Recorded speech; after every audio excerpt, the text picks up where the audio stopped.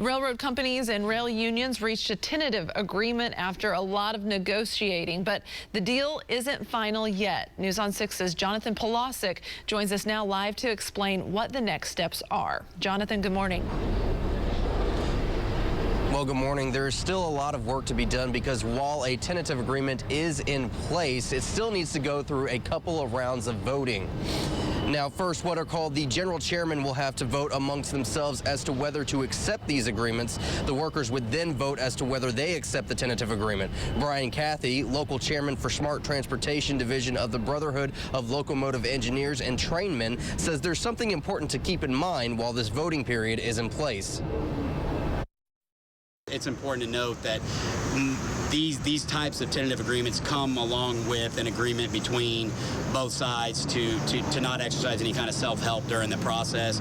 So there wouldn't be any strike action or work stoppage while we work through the ratification process.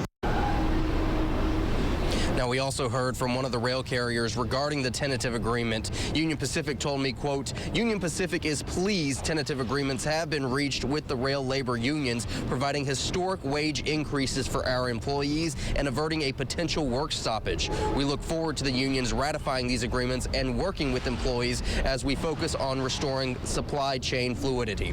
Live in Tulsa, Jonathan Polosic, Oklahoma Zone, News on 6. Thank you, Jonathan.